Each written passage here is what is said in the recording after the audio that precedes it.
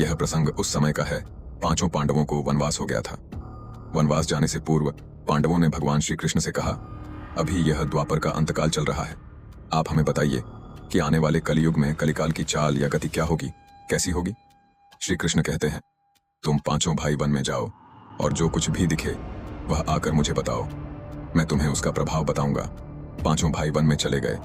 One में उन्होंने जो देखा उसको देखकर वे आश्चर्यचकित रह गए। आखिर उन्होंने वन में क्या देखा और श्री कृष्ण ने क्या उत्तर दिया। पांचों भाई जब वन में रहने लगे तो एक बार चारों भाई अलग अलग दिशाओं में वन भ्रमण को निकले। युधिष्ठिर भ्रमण पर थे तो उन्होंने एक जगह पर देखा कि किसी हाथी की 2 सूंड है। यह देखकर युधिष्ठिर के आश्चर्य का ठिकाना नहीं रहा। तब श्री कृष्ण कहते हैं, हे धर्मराज, अब तुम कलिकाल की सुनो। कलयुग में ऐसे लोगों का राज्य होगा जो दोनों ओर से शोषण करेंगे, बोलेंगे कुछ और करेंगे कुछ, मन में कुछ और कर्म में कुछ, ऐसे ही लोगों का राज्य होगा। इससे तुम पहले राज्य कर लो। अर्जुन ने क्या देखा। अर्जुन दूसरी दिशा में भ्रमण पर थे। कुछ दूर जंगल में जाने पर उन्होंने जो देखा उसे देखकर वे आश्चर्य में पड़ गए।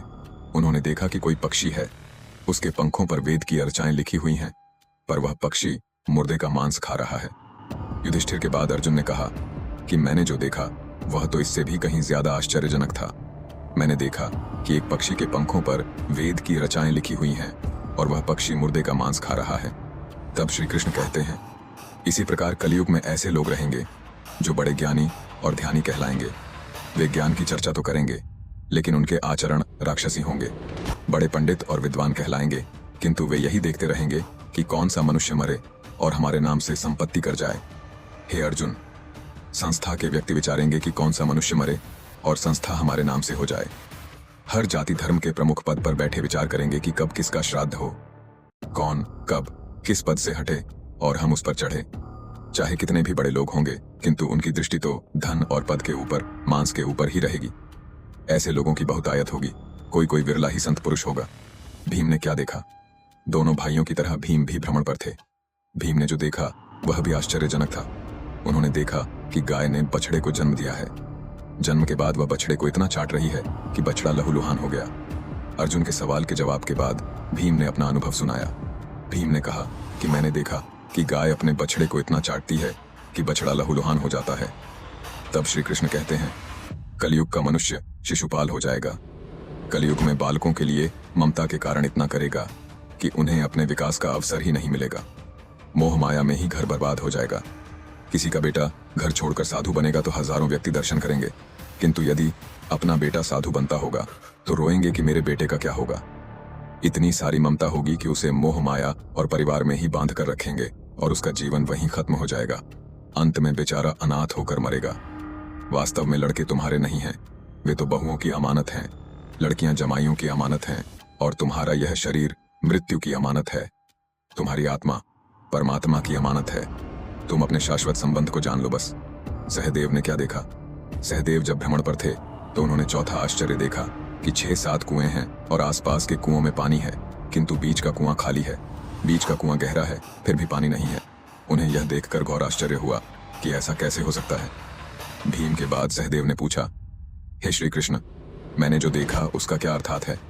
मैंने यह देखा कि 5 से 7 भरे कुओं के बीच का कुआं एकदम खाली है, जबकि ऐसा कैसे संभव हो सकता है।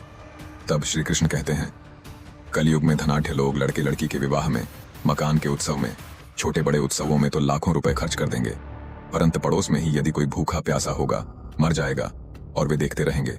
दूसरी ओर मौज, मदिरा, मांस भक्षण, सुंदरता और व्यसन में पैसे उड़ा देंगे, किंतु किसी के 2 आंसू पहुंचने में उनकी रुचि न होगी। कहने का तात्पर्य यह कि कलयुग में अन्न के भंडार होंगे लेकिन लोग भूख से मरेंगे। सामने महलों बंगलों में ऐशो आराम चल रहे होंगे लेकिन पास की झोपड़ी में आदमी भूख से मर जाएगा। एक ही जगह पर असमानता अपने चरम पर होगी।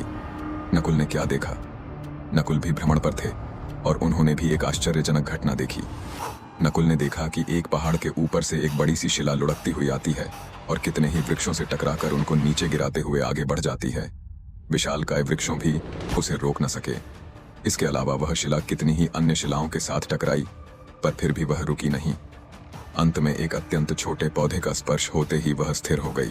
सहदेव के बाद नकुल ने श्री कृष्ण को बताया कि मैंने भी एक आश्चर्य देखा। वह यह कि एक बड़ी सी चट्टान पहाड़ पर से लुढ़की। वृक्षों के तने और चट्टानें उसे रोक न पाए। किंतु एक छोटे से पौधे से टकराते ही वह चट्टान रुक गई। तब श्री कृष्ण ने कहा, कलयुग में मानव का मन नीचे गिरेगा, उसका जीवन पतित होगा। यह पतित जीवन धन की शिलाओं से नहीं रुकेगा, न ही सत्ता के वृक्षों से रुकेगा, किंतु हरिनाम के एक छोटे से पौधे से, हरि कीर्तन के एक छोटे से पौधे से मनुष्य जीवन का पतन होना रुक जाएगा। श्रीमन नारायण। नारायण हरि हरि।